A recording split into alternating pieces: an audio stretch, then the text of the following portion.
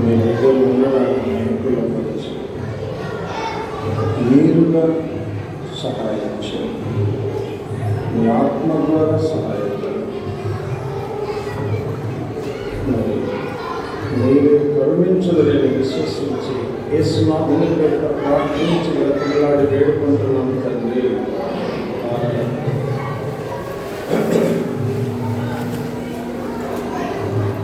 ఈ సంవత్సరం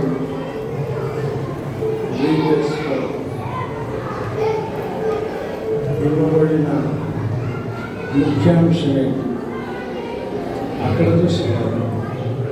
చూడకుండా దేవుడు మిమ్మల్ని ఏర్పరచుకుని కనుక దేవుడు మానవులను ఏర్పాటు చేసుకోవడం అనేది ఎంతో గొప్ప విషయం.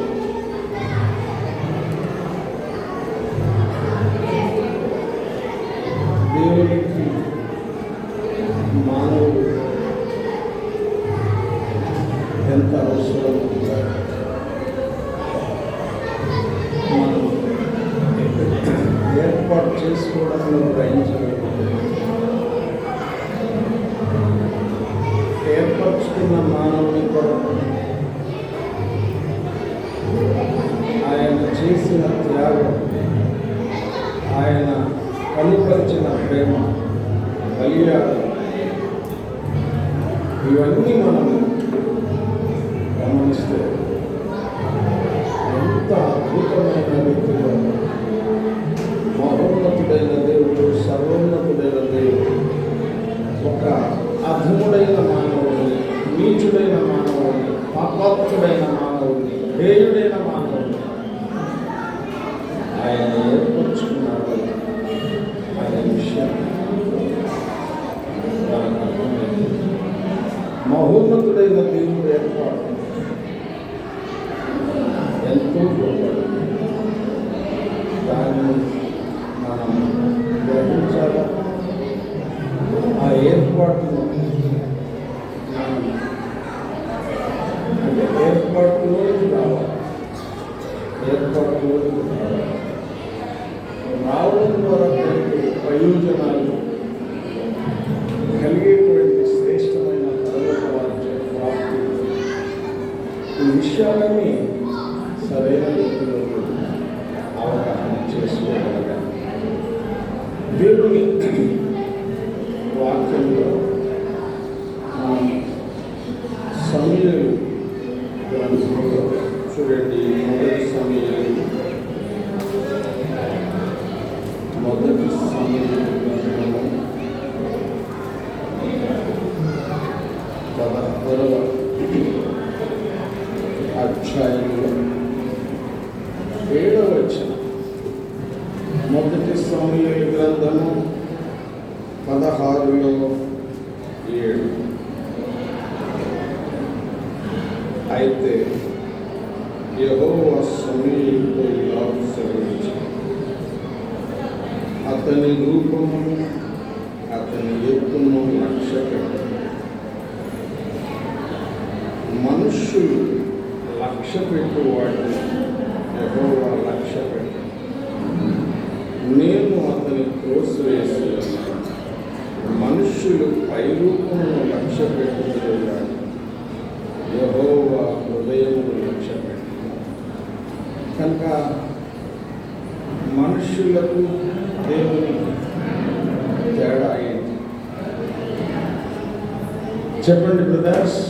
మనుష్యులకు దేవునికి తేడా ఏంటి? చూడకుండా చెప్పాలా? మనుష్యులకు దేవునికి తేడా ఏంటి? వ్యత్యాసం. సిస్టర్ సార్ అదే అక్కడే ఉంది జవాబు. మనుష్యులు వెరీ గుడ్, అక్కడే ఉందన్న తర్వాత మనుష్యులు పై రూపమును లక్ష్య పెడతారు, అంతే కదా. రెండు, దేవుడు హృదయంలో లక్ష్యం. కనుక దేవునికి కావలసింది రూపమా హృదయమా? హృదయం. దేవునికి కావలసింది హృదయం. దేవుడు లక్ష్య పెట్టేది హృదయాన్ని. మనుషులైతే పై రూపాన్ని లక్ష్య పెడతారు. దేవుని వాక్యంలో దేవుడు హృదయాన్ని లక్ష్య పెడతాడు అనేది మనం దేవుని వాక్యంలో చూడాలి. మరి దేవుని ఎడల యథార్థ హృదయం కలిగిన వారికి దేవుడు కనికరం చూపిస్తాడు. లేదా దేవుని వాక్యంలో మనం చూసినట్లుగా హృదయం సరిగా ఉండడం ద్వారా దేవుడు వ్యక్తికి తన కనికరాన్ని చూపిస్తాడు. హృదయము లక్ష్య పెడతాడు కనుక దేవుడు ఏ హృదయము సరైన రీతిలో దేవునికి అనుకూలమైన రీతిలో ఉందో ఆ హృదయాన్ని లక్ష్య పెట్టిన దేవుడు ఆ వ్యక్తికి కనికరం చూపిస్తాడు. ఆ వ్యక్తికి కనికరం ప్రత్యక్షపరుస్తాడు దేవుడు. మనం దేవుని వాక్యంలో చూస్తాం. ఏ వ్యక్తి హృదయం సరిగా లేదో, ఏ వ్యక్తి హృదయం యథార్థంగా లేదో, నమ్మకంగా లేడో ఆ వ్యక్తిని దేవుడు చెప్పండి దేవుడు లక్ష్య పెట్టాడు. నోరు తెరవండి, పర్వాలేదు. నోరు తెరిస్తే ఉపయోగం. ఎందుకంటే మనం విన్నది మాట ద్వారా కూడా పలికినప్పుడు అది మన హృదయంలో నిలవడానికి అవకాశం ఉంటుంది. కనుక దేవుడు హృదయములను లక్ష్య పెడతాడు, రూపములను లక్ష్య పెడతాడు. ఆ తర్వాత మనం చూసింది ఏంటంటే ఎవరు హృదయము యథార్థంగా నమ్మకంగా దేవునికి అనుకూలంగా ఉందో వారికి ఆయన కనికరం చూపుతాడు, సహాయం చేస్తాడు. ఎవరి హృదయము దేవుని ఎడల యథార్థంగా లేదో, అపనమ్మకత్వం కలిగి ఉన్నారు, వారిని ఆయన లక్ష్య పెట్టకపోవడమే కాకుండా వారికి ఏమి సహాయము చేయలేదు. కనుక మనము మన హృదయాలను దేవునికి అనుకూలపరుచుకోవాల్సిన అవసరం ఉంది. మన హృదయాలలో దేవునికి పూర్తి స్థానము ఇవ్వవలసిన అవసరం ఉంది. అట్లా ఇవ్వకుండా మన హృదయాలు దేవుని ఎదుట సరి అయినవిగా ఉండవు, యథార్థంగా ఉండవు, నమ్మకత్వాన్ని కనుపరిచే వ్యక్తులంగా మనం ఉండము. కనుక మన జీవితంలో మన హృదయాలలో దేవుడు ఉండాలి. దేవుడు ఉండేట్లుగా మన హృదయాలను మనము సిద్ధపరచుకోవాలి అనేది గ్రంథంలో మనం ఎదుగుతున్నటువంటి సత్యం. సరే, పాపమును విడిచిపెట్టడం ద్వారా దేవుని యొక్క మహాకనికరం మానవునికి లభిస్తుంది. పాపములో వ్యక్తి జీవిస్తూ వెళ్ళడం ద్వారా దేవుని యొక్క కనికరానికి మనిషి దూరం అవుతాడు, దేవుని కృపకు దూరం అవుతాడు. కొన్ని తఫాలు హృదయాన్ని దేవుడికి ఇచ్చిన తర్వాత కూడా వ్యక్తి అపనమ్మకత్వములో ఉండడం ద్వారా, దేవునికి అనుకూలంగా లేకపోవడం ద్వారా మరలా నష్టపోయే అవకాశం కూడా ఉంది. కనుక మీరు దేవుణ్ణి ఎరగాలి. దేవుని వాక్యములో దేవుడెవరో గ్రహించగలగాలి. దేవునికి సముచిత స్థానం మీ హృదయాలలో ఇవ్వగలగాలి. అప్పుడే మీరు దేవుని చేత లక్ష్య పెట్టబడతారు, లేకపోతే తృణీకరించబడతారు. యెషయా మనకు తెలుసు దేవుని వాక్యంలో 2:30 మొదటి సమూయేలు గ్రంథంలో, నన్ను ఘనపరచు వారిని పలకండి గట్టిగా, నేను ఘనపడుతున్నాను. మగ పిల్లలు పలకన్నాయి, నాకు తెలిస్తే కదా వస్తే కదా అంటారా? నన్ను ఘనపరచు వారిని నేను ఘనపరిచేదను, నన్ను తృణీకరించువారు తృణీకారం పొందుతారు అని దైవవాక్యంలో మనం చూడగలుగుతున్నాం.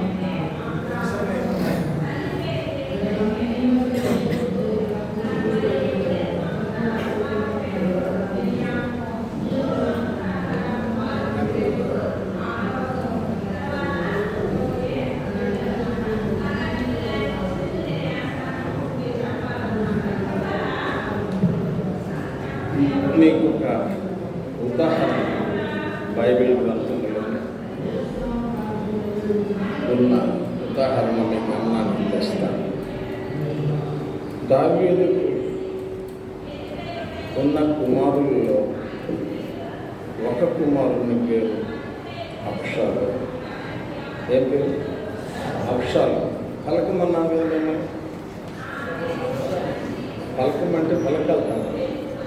అబ్షాలోము నేనంటాను, అతను బాహ్యమునకు సుందరమైన అతన్ని అంత సౌందర్యవంతుడు ఇజ్రాయేలులో ఒక్కడు, అంత సౌందర్యం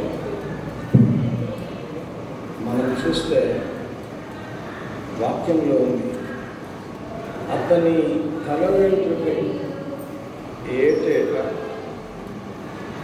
కత్తరిస్తే 200 తులాలు అయితే, ఎన్ని తులాలు?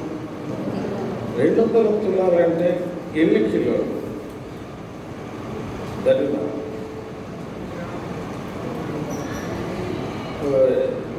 కష్టమైంది కదా ప్రశ్న. 200 తులాలు అంటే తులం అంటే దరిదా 10 గ్రాములు. అప్పుడు ఎన్ని తులం అంటే దరిదా 10 గ్రాములు? చెప్పండి. అప్పుడు ఎంత? అయ్యో,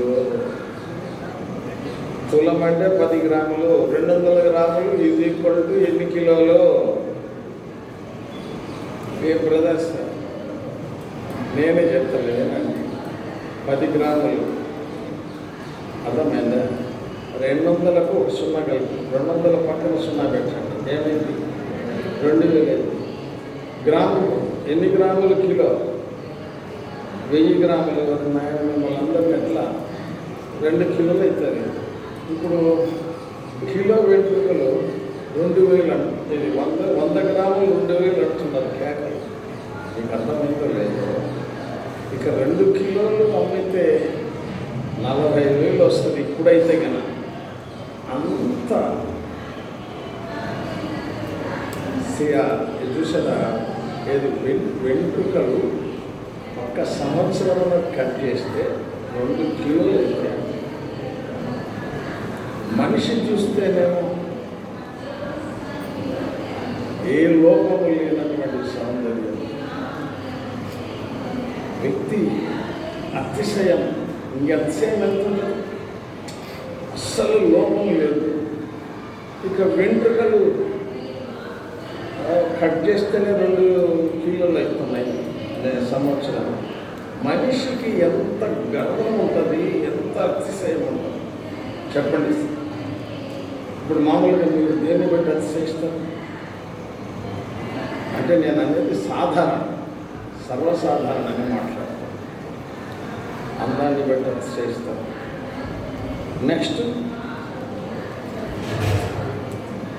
డబ్బు అయిన తర్వాత అందంలో ఇంకొక ప్రధానమైన అంశం ఏంటంటే వెంట్రుక. కనుక వ్యక్తి చూడడానికి ఎంతో రమ్యంగా ఉన్నాడు, ఆయన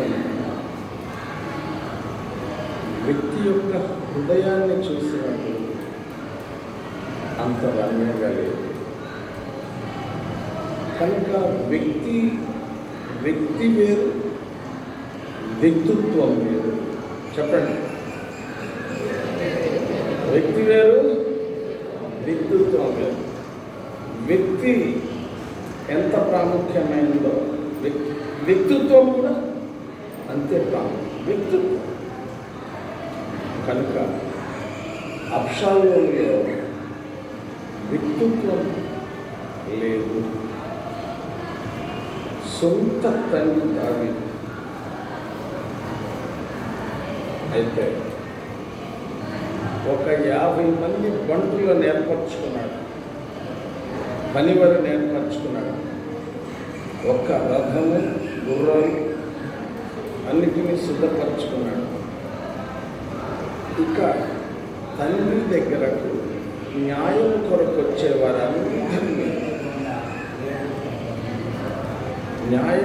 వచ్చేవారందరినీ పలకరించడం, ముద్దు పెట్టుకోవడం,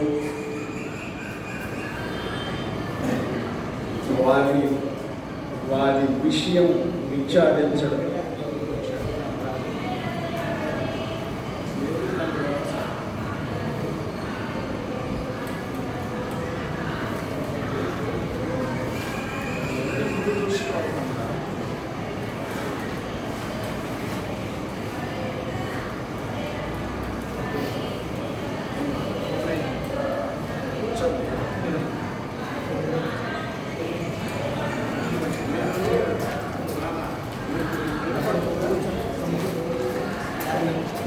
పడుతుంది అంటున్నా. ఏదో సిస్టర్ కలగదు.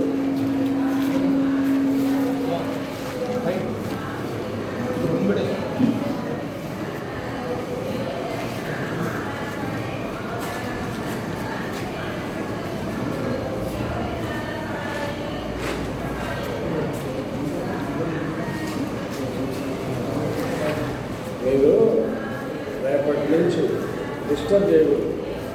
మొత్తం సెట్ చేసుకోవాలా, కూర్చున్నాం. ఇప్పుడు ఎట్లా ఎందుకంటే ఇది మధ్యలో ఇట్లా డిస్టర్బ్ చేయడం బాగుంది. సరే వినండి. వ్యక్తి యొక్క ఘనత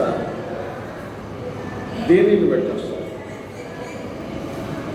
వ్యక్తికి ఘనత దేనికి పెట్టొస్తుంది? మరి మీరు జాగ్రత్తగా వింటే మీకు అర్థం లేదు. వ్యక్తికి ఘనత దేనిని పెట్టొస్తుంది? వ్యక్తిత్వాన్ని పెట్టొస్తుంది. రూపాన్ని బట్టి రాదు. మీరు గమనించాలా, అంతరంగం అనేది దేవునికి అనుకూలంగా లేకపోవడం ద్వారా వ్యక్తి ఘనహీనుడైతాడు. అంతరంగం అనేది దేవునికి అనుకూలంగా ఉంచుకున్న వ్యక్తి ఘనుడవుతాడు. వ్యక్తి ఘనుడా ఘనహీనుడా అనేది దేనిని బట్టి? వ్యక్తిత్వాన్ని బట్టి. కనుక వ్యక్తిత్వం దేవునికి అనుకూలపరచుకోగలిగితే వ్యక్తి అద్భుతమైన రీతిలో దైవ దృష్టిలో ఘనుడిగా ఎంచబడతాడు. నీ వ్యక్తిత్వాన్ని దేవునికి అనుకూలంగా ఉంచుకోలేకపోతే నీవు దైవ దృష్టిలో ఘనహీనుడిగా ఉంటావు. ఒకవేళ మనుషులు నిన్ను ఘనులుగా లేదా ఘనంగా ఎంచినా వాస్తవంగా దేవుడు నిన్ను ఘనుడిగా ఎంచలేడు. దేవుని వాక్యంలో మనం గమనిస్తే ఈ అబ్షాలోము అనేటువంటి వ్యక్తి మనం 2వ సమూయేలు 15వ అధ్యాయంలో మనం గమనించగలుగుతాం. ఆ వ్యక్తి దావీదు యొక్క కుమారుడు. నేను చెప్పాను, 50 మంది బంధువులను ఏర్పరచుకొని, రథాన్ని, గుర్రాలను ఏర్పరచుకొని, తాను అంతరంగంలో రాజు కావాలన్న అపేక్ష కలిగి తన స్వంత జన్మనిచ్చిన తండ్రి రాజుగా ఉండగా అక్రమంగా రాజరికంలోనికి రావాలన్న ఉద్దేశంతో తన తండ్రి దగ్గరకు న్యాయం కొరకు వచ్చిన వారందరినీ పరామర్శించి వారందరినీ తన వైపు త్రిప్పుకుంటూ చిట్ట చివరకు ప్రజలను తన వైపు తిప్పుకోగలిగాడు. మీరు గమనించాలా, అహీతోపెలు అనేటువంటి మంత్రిని కూడా తన వైపు తిప్పుకోగలిగాడు. ఇక తండ్రి దగ్గరకు వెళ్ళి నేను హెబ్రోన్లో బలి అర్పణ చేయాలి, మొక్కుబడి తీర్చుకోవాలని చెప్పి వెళ్ళి తను రాజుగా అక్కడ ప్రకటింప చేసుకున్నాడు. మీరు గమనించాలి, రూపం చూస్తేనేమో అట్లాంటి సౌందర్యము కలిగిన వ్యక్తి ఒక్కడు కూడా లేడు. కానీ వ్యక్తిత్వం చూసినప్పుడు ఇంతకంటే దుర్మార్గుడు ఇంకొక వ్యక్తి లేడు. తన తండ్రి అధిష్ఠించిన సింహాసనాన్ని, తన తండ్రి పరిపాలిస్తున్న రాజ్యాన్ని తాను పరిపాలించాలి అనేటువంటి అపేక్షతో తండ్రి మీద తిరుగుబాటు చేసి రాజ్యాన్ని సంపాదించుకోవడం దేవుని వాక్యంలో మనం గమనిస్తాం. తన దగ్గర ఉన్న లక్షణాలు ఏంటంటే ముఖస్థుతి. ముఖస్థుతి అంటే తెలిసిన ముఖస్థుతి అసలు ఎంత చక్కగా ఎంత చక్కగా వాడతారు, ఎంత చక్కగా వాక్యాన్ని చదువుతారు. అవి నిజం కాకపోయినా నిజంగా పలికే వాటిని ఏమంటారు? మనిషిని ఘనపరచడం, మనిషి ఎదుట ముఖస్థుతి చేయడం. అట్లా వచ్చిన ఇజ్రాయేలు ప్రజలకు ముఖస్థుతి నీదంతా కూడా న్యాయంగానే ఉంది. అయితే విచారించేటువంటి వ్యక్తులు సరిగా లేరు. నువ్వు అనేక దఫాలు ఇక్కడికి రావాల్సి వస్తుంది. నేనైతే అద్భుతంగా నీకు న్యాయం చేసి ఉండేవాడిని. అట్లా వచ్చిన వ్యక్తులందరితో మాట్లాడి, మీరు గమనించాలా, వాదిని ప్రతివాదిని ఇద్దరిని తన వైపు తిప్పుకున్నా. కేసు పెట్టినోడిని ఎవరి మీద కేసు పెట్టాడో వాళ్ళని, పెట్టినోళ్ళని తన వైపు తిప్పుకోగలిగిన లౌక్యం తన దగ్గర ఉంది. మహాగర్విష్ఠుడు. అంతేకాదు, మోసం చేసేటువంటి విషయంలో చాలా చాకచక్యం కలిగిన వాడు, అపనమ్మకస్తుడు. ఇతను మీరు గమనించాలా, రూపమేమో గొప్పది, అంతరంగమేమో చెడ్డ. రూపము గొప్పదైనా అంతరంగము చెడ్డదిగా ఉన్నప్పుడు అతడు ఘనుడిగా ఎంచబడడు. దేవుని దృష్టిలో ఘనుడిగా ఎంచబడడు. చెప్పండి, ఎవరు ఘనుడు? ఎవరు ఘనుడు? చెప్పండి కదా, గట్టిగా చెప్పండి. ఏం కాదు, మీరు చెప్పింది కరెక్ట్ అయినా కాకపోయినా నేను మరలా చెప్తా, ఇబ్బంది ఏం లేదు. చెప్పండి.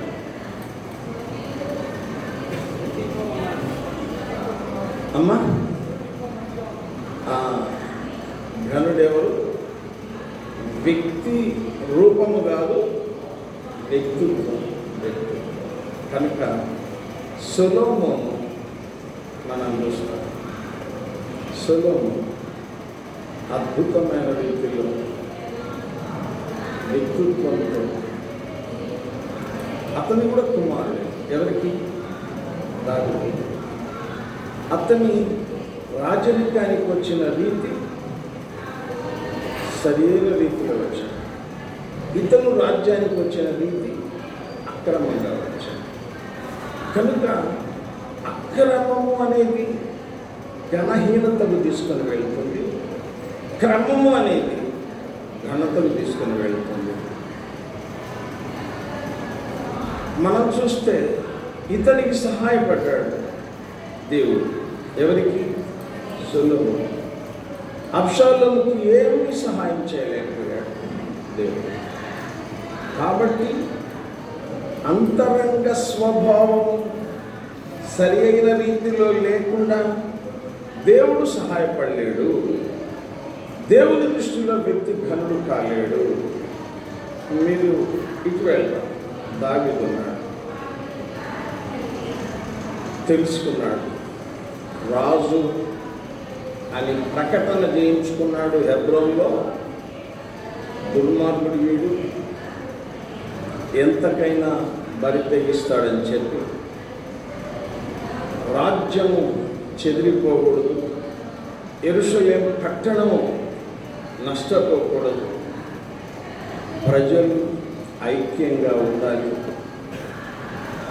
అని చెప్పి రాజ్యాధికారాన్ని విడిచి బయలుదేరి అరణ్యానికి తనతో సహకరించిన వారితో అరణ్యానికి వెళ్ళాడు. ఇప్పుడు ఎవరి హృదయం దేవునికి అనుకూలంగా ఉంది? అబ్షాలోముగా దావీదు. సొంత కుమారుడు ఇంత ఘోరమైన తప్పిదం చేసిన అతనిని ఏమి అనకుండా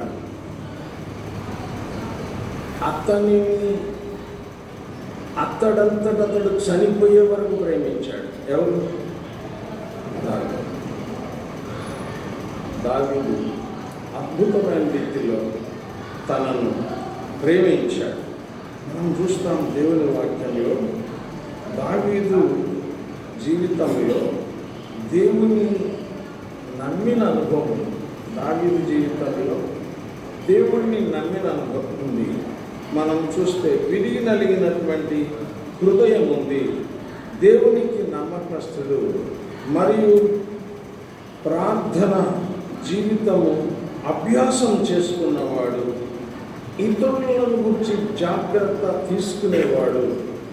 దేవుని యొక్క రాజ్యం అంటే తాను పరిపాలిస్తున్న రాజ్యం అది దేవునికి సంబంధించింది, అది ఎటువంటి నష్టం పొందకూడదు అనేటువంటి ఆ మంచి ఆలోచనతో నేను కష్టపడ్డా పర్వాలేదు, నేను అవమానం పాలైనా పర్వాలేదు, కానీ రాజ్యము ప్రజలు అందరూ కూడా క్షేమంగా ఉండాలి, కుమారుడు కూడా క్షేమంగా ఉండాలి అనేటువంటి దేవుని యొక్క ప్రేమ అంతరంగంలో కలిగిన వాడై అక్కడి నుంచి వెళ్ళిపోయాడు. ఇప్పుడు మీరు చెప్పండి, ఎవరి హృదయం దేవునికి అనుకూలం? ఎవరి హృదయం దేవునికి అనుకూలంగా ఉంది? నోరు ఇప్పటి పర్లేదు. దావీదు హృదయం. ఎవరి హృదయం దేవుడు లక్ష్య పెట్టకుండా ఉండేట్లుగా ఉంది? నేనంటాను తండ్రి కొడుకులే. ఒక వ్యక్తి దేవుని దృష్టిలో ఘనుడుగా ఉన్నాడు, ఇంకొక వ్యక్తి దేవుని దృష్టిలో ఘనహీనుడిగా ఉన్నాడు. కనుక దేవుని దృష్టిలో ఘనమైన పాత్రగా దావీదు ఉన్నాడు, దేవుని దృష్టిలో ఘనహీనమైన పాత్రగా అబ్షాలోము. కనుక ఇప్పుడు మనం నేర్చుకున్న పాఠంలో ఇంతవరకు ఘనమా ఘనహీనత అనేది దేనిని బట్టి? వ్యక్తిత్వం లేదా అంతరంగ స్వభావం. వ్యక్తిత్వము లేదా అంతరంగ స్వభావం. ఇక మీరు దేవుని వాక్యంలో మనం చూస్తే 2:22 తిమోతి చూడండి. 2 తిమోతి త్వర 2 తిమోతి 2:20 ఏముంది చూడండి. 2 తిమోతి 2:20 గొప్ప ఇంటిలో వెండి పాత్రలను బంగారు పాత్రలను మాత్రమే గాక కర్రవియు మంటివియు కూడా ఉండును. వాటిలో కొన్ని ఘనతకు కొన్ని ఘనహీనతకు విలువ. ఇప్పుడు ఇట్లా చెప్తాను. గొప్ప ఇంటిలో ఘనత కొరకు వాడే పాత్రలు ఉన్నాయి, ఘనహీనంగా వాడబడే పాత్రలు ఇంట్లో మనం చూసాం. తూర్పు దేశంలో నేను చూసిన బుక్లో తూర్పు దేశంలో ప్రతి ఇంటిలో మామూలుగా పాత్రలు అంటే మీకు తెలుసు కదా, పాత్రలు అంటే వంట పాత్రలు కావచ్చు, పానీయ పాత్రలు కావచ్చు, రకరకాల పాత్రలు ఇంట్లో ఉంటాయి. మనము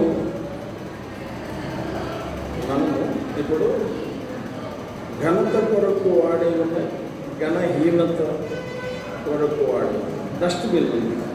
దాన్ని మనం దేని కొరకు ఘనహీనత పట్టుకోవడానికి కూడా అంత ఇష్టపడదు కనుక ఆ పానీయ పాత్రలు, భోజన పాత్రలు వీటిని చెప్పండి ఘనత కొరకు వాడతారు. తూర్పు దేశంలో 2 పాత్రలు ఉంటాయి. ఒకటి త్రాగడానికి ఉపయోగించాము, అంటే త్రాగడానికి కొరకు నీళ్లున్న పాత్ర. రెండవది త్రాగగా మిగిలినవి పోసే పాత్ర. 2 పాత్రలు. ఇప్పుడు ఏది ఘనమైంది, ఏది ఘనహీనమైంది? ఇప్పుడు ఎవరైనా మన ఇంటికి రాగానే మనం ఏమిస్తాం? నేను తర్వాత మిగిలిన విషయాలు రావడంతో మంచినీళ్ళు ఇస్తాం. తొట్టి దగ్గర రావడంతో మంచినీళ్ళకు ముందు ఏమిస్తాం? కాళ్ళు గడపడానికి నీళ్ళు ఇస్తాం. అది కూడా అవసరమే.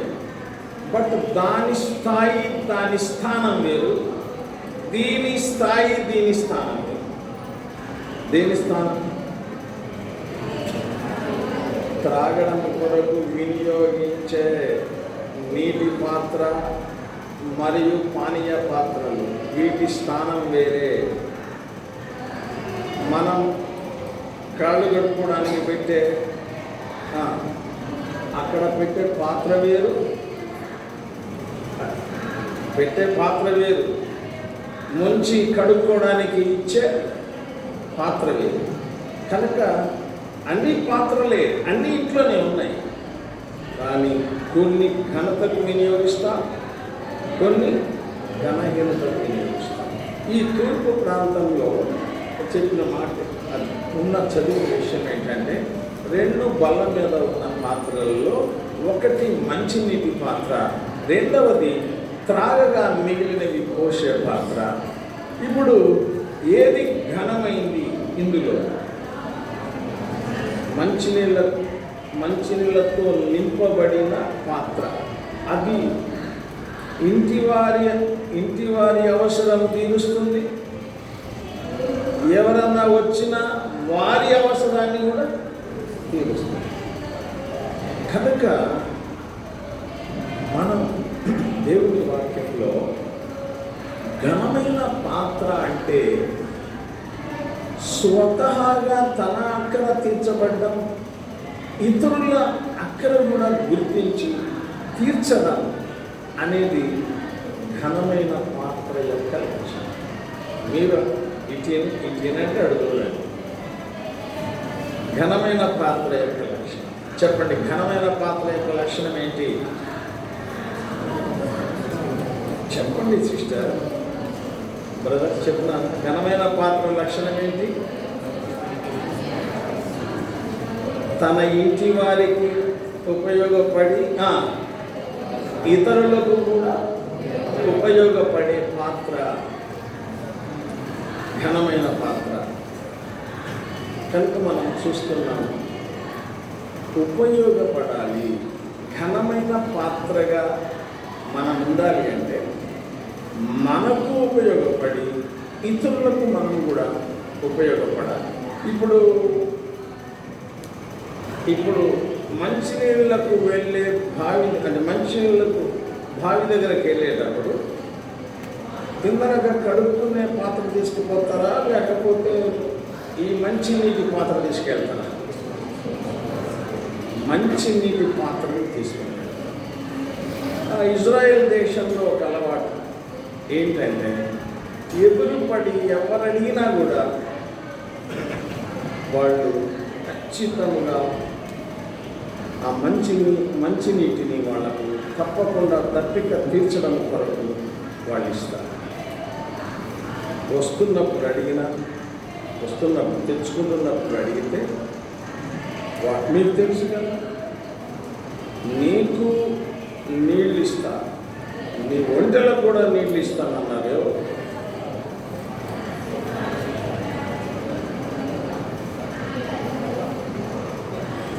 ఎవరన్నా నేను మీ దగ్గర నుంచి స్వరం లేదే, నువ్వు త్రాగము, నీ ఒంటెలో పడిస్తా. మీరు గమనించాలి, వాళ్ళల్లో ఆ మంచి మనసు. నువ్వు త్రాగు, నీ ఒంటెలకు పడిస్తా. వాళ్ళు ఈ తూర్పు దేశ ప్రజలు ఈ మంచి పాత్రను తీసుకొని వెళ్ళి, ఘనమైన పాత్రను తీసుకొని వెళ్ళి నీళ్లు తీసుకొని వస్తున్నప్పుడు ఎవరైనా అడిగితే వాళ్ళకు కూడా నీళ్ళు ఇవ్వడానికి వాళ్ళు సంసిద్ధులుగా ఉంటారు. కాబట్టి తమ కొరకు వాడుకోవడమే కాదు, ఇతరులకు కూడా ఇచ్చే మంచి మనస్సున్న పాత్ర ఘనమైన పాత్ర. అర్థమైంది? ఘనమైన పాత్ర లక్షణం ఏంటి? తన కుటుంబమే కాదు, ఇతరులకు కూడా ప్రయోజనం కలిగించాలన్న ఆశ కలిగిన పాత్ర ఘనమైన పాత్ర. ఇతరులకు తనకు పెద్ద ప్రయోజనం కాదు, ఇతరులకు అసలు ప్రయోజనం కాదు. ఆ పాత్ర ఏ పాత్ర? ఘనహీనమైన పాత్ర అనేది మనం చూస్తాం. ఇప్పుడు మనము ఘనమైన పాత్రలుగా ఉండాలి అంటే మనలో జీవజలం. ఒక ఆమె యేసు ప్రభువే మాట్లాడాడు. ఆమెతో ఏమని మాట్లాడాడు? యోహాను సువార్త 4వ అధ్యాయం. ఫ్రెండ్, యోహాను సువార్త 4వ అధ్యాయం 10వ వచనం చూడమ్మా. యోహాను సువార్త 4:10. అందుకు యేసు గట్టిగా చదువు, నీవు దేవుని వరము నాకు దాహమున కిమ్మని నిన్ను అడుగుచున్నవాడెవడో అది ఎరిగి ఉంటే నీవు ఆయనను అడుగుదు. ఇప్పుడు యేసు ప్రభు ఎవరు? జీవజలం ఇచ్చాడు. మనం దేనితో నింపబడాలి? జీవజలముతో నింపబడాలి. యేసుక్రీస్తు వారిని గురించి యోహాను సువార్త 1:4 ఆయనలో జీవముండెను అని రాయబడింది. ఆయనలో జీవముంది. మీరు గమనించాలి, జీవము కలిగిన వాడు. ఇంకొక మాటలో చెప్పాలంటే జీవాధిపతి. అపోస్తుల కార్యం 3:10 తొందరది. అపోస్తుల కార్యములు 3వ అధ్యాయం 15వ వచనం. మీరు జీవాధిపతిని చంపితిరి. ఇప్పుడు యేసు ప్రభు మన కొరకు ఏమయ్యాడు? చనిపోయాడు. మనకి ఏమి ఇవ్వడానికి చనిపోయాడు? జీవం. అంటే భౌతిక జీవం తాను కోల్పోయి ఆత్మీయ జీవం మనకివ్వడానికి. భౌతిక జీవం ఆయన కోల్పోయాడు. జీవాధిపతిని చంపితిరి. ఆయన చనిపోవడంలో ఆంతర్యం ఏంటంటే మనకు జీవం ఇవ్వాలి, మనను జీవజలముతో నింపాలి అని చెప్పి ఆ ప్రభు చనిపోవడానికి. మీరు గమనించాలి, చనిపోకముందు నేను దప్పికొనుచున్నాను అన్నాడు. గుర్తేనా మీకు? మన దప్పిక తీర్చడం కొరకు ఆయన దప్పికొన్నాడు. కనుక ప్రేమ పిల్లలారా, మనం జీవజలముతో నింపబడాలి, జీవముతో నింపబడాలి. యోహాను సువార్త 10:10 చదువు. త్వరగా తీయండి. యోహాను సువార్త 10:10. ఆ దొంగతనమును వచ్చును గాని గొర్రెలకు జీవము కలుగుటకు. ఇప్పుడు మన దగ్గర జీవం ఎట్లా ఉండాలని దేవుడు కోరుతున్నాడు. సమృద్ధి అయిన జీవం మనలో ఉంటే మనలో ఉన్న జీవం ఇతరులలోనికి, ఇతరులకు ప్రయోజనకరంగా మారుతుంది. మనలో సమృద్ధి అయిన జీవం, మన పాత్ర పూర్ణముగా నింపబడిన పాత్ర అయితే ఆ పాత్రలో ఉన్న నీళ్లు అనేకులకు మనం పంచగలం, అనేకుల దప్పికను మనం తీర్చగలం. కనుక ఇక్కడ రాయబడింది, ఏమి ఇవ్వడానికి వచ్చాడు? జీవం ఇవ్వడానికి వచ్చాడు. రెండవది ఏమన్నాడు? సమృద్ధి అయిన జీవం మనలో ప్రవహింపజేయడానికి వచ్చాడు. సరే, ఇక్కడ నేను ఇందరకు నేను చెప్పాను 2 పాత్రలు. ఒకటి మంచి నీటి పాత్ర, రెండవదేమో మిగిలిన నీరు, త్రాగగా మిగిలిన నీరు పోసే పాత్ర. ఇప్పుడు మంచి నీటి పాత్ర అనేది అనేకులకు దాహం తీరుస్తుంది. మీకు తెలుసు కదా, బాగా దప్పికలో ఉన్న వానికి మనం నీళ్ళు ఇస్తే అవి నీళ్ళగా ఉండవు. ఎట్లా ఉంటాయి? అరే అమృతంలాగా ఉంటాయి. నిజం. చల్లటి నీళ్ళు, బాగా దప్పికొన్న వ్యక్తికి చల్లటి నీళ్ళు మనం ఇచ్చామనుకోండి, థ్యాంక్స్ అని అనుకుని ఉండలేదు. చూసారా, మనం జీవజలముతో నింపబడి అనేకుల ఆత్మీయ అక్కర మనం తీర్చాలి. మనమే దప్పికతో ఉంటే దప్పికలో ఉన్న ఏ వ్యక్తి యొక్క అక్కడ మనం తీర్చలేము. మనం తప్పకుండా జీవజలంతో నింపబడాలి. ఇంకొక విషయం చెప్తాను. ఇప్పుడు ఈ 2 పాత్రలు చూసినప్పుడు ఒక రకంగానే కనపడతాయా, వేరుగా కనపడతాయా? ఒక రకంగానే కనపడతాయి. ఒకటేమో ఘనమైంది, ఒకటేమో ఘనమైనది. ఇప్పుడు ఇద్దరు పిల్లలు పుట్టారు. కవల పిల్లలు పుట్టారు. కవల పిల్లలు ఇద్దరు పుట్టారు. పుట్టినప్పుడు ఏం జరిగిందంటే దేవుని వాక్యంలో మనం చూస్తాం. ఒక పిల్లవాడు ప్రభువుని అంగీకరించాడు. అద్భుతమైన రీతిలో దేవునికి అనుకూలంగా, నీతిగా, న్యాయంగా, ధర్మంగా వెళ్తున్నాడు. దానికి వ్యతిరేకమైన దిశలో వెళ్తున్నాడు రెండవ. ఇప్పుడు ఇద్దరిని చూసినప్పుడు ఏమంటాడు?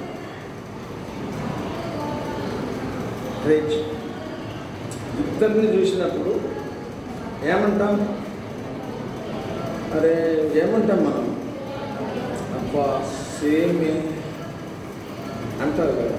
ఇద్దరు ఒకే రీతిగా, కానీ రూపం ఒక రీతిగా ఉంది, వ్యక్తిత్వం వేరుగా. మీకు అర్థమైందా? ఒకే తల్లి గర్భంలో నుంచి వచ్చారు. సొలొమోను వేరు, అబ్షాలోము. ఇప్పుడు ఒకే తల్లి గర్భంలో నుంచి వచ్చారు వీళ్ళిద్దరు. కానీ ఒక వ్యక్తి దేవునికి అనుకూలంగా ఉన్నాడు, ఘనమైన పాత్రగా ఉన్నాడు. దేవునికి పూర్తిగా వ్యతిరేకంగా ఇంకొక పిల్లవాడు ఉన్నాడు. దేవుణ్ణి సేవించే అనుభవం ఒకరిది, దేవునికి దూరంగా వెళ్ళిపోయిన అనుభవం ఒకరిది. ఇప్పుడు మీరెవరు? దేవుణ్ణి కలిగి దేవుణ్ణి సేవించే ఘనమైన పాత్రలా, లేదా దేవునికి అంతరంగంలో స్థానం ఇవ్వకుండా విచ్చలవిడిగా మీకు తోచిన రీతిలో జీవిస్తున్న రెండవ బిడ్డ లాంటి వారా, అబ్షాలోము లాంటి వారా? మీరు సొలొమోను లాంటి వారా, అబ్షాలోము లాంటి వారా? పుట్టిన కవల పిల్లలలో ఒకడు దైవికంగా ఉన్నాడు, ఒకడు ఆత్మ సంబంధంగా ఉన్నాడు, రెండవాడు పూర్తిగా వ్యతిరేకంగా దేవుడికి ఉన్నాడు. మీరెవరు? ఇప్పుడు మీరు దేవుడు లోపల లేకపోతే, జీవజలం మీలో లేకపోతే మీకు ప్రయోజనం లేదు, మీ ద్వారా ఇతరులకు ప్రయోజనం లేదు. కాబట్టి ఇప్పుడైనా మీ హృదయాలను తెరవండి.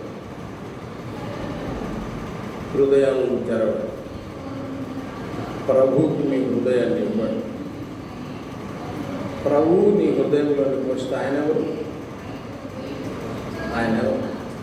ఇర్మియా 2 జీవజలముల ఊటనైన అని ఉంది చూడమ్మా. ఇర్మియా గ్రంథము 2వ అధ్యాయమేనా?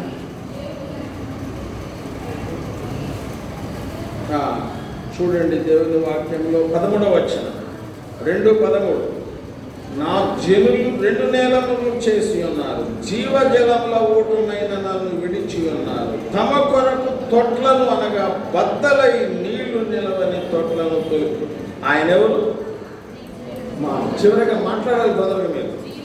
ఆయన ఎవరు? ప్రభు ఎవరు? జీవజలముల ఊట. ఆయనను ఏం చేశారు వీడు? విడవడం ద్వారా ఏమొస్తుంది? నిర్జీవ స్థితి వస్తుంది, మరణం వస్తుంది, నరకం వస్తుంది.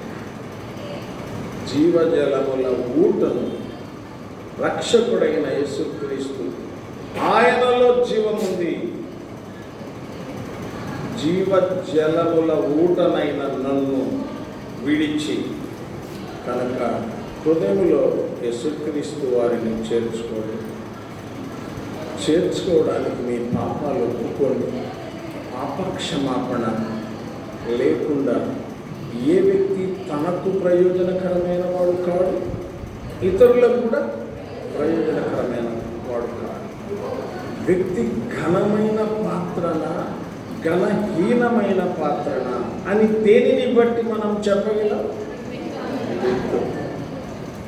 వ్యక్తి మారడానికి, వ్యక్తిత్వం మారడానికి నీకు రక్షకుడు అవసరం, రక్షణ అవసరం, పాపక్షమాపణ అవసరం.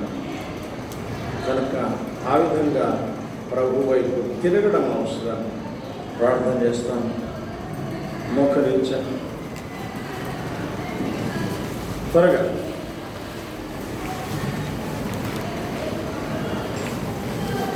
దేవా స్తోత్రములు.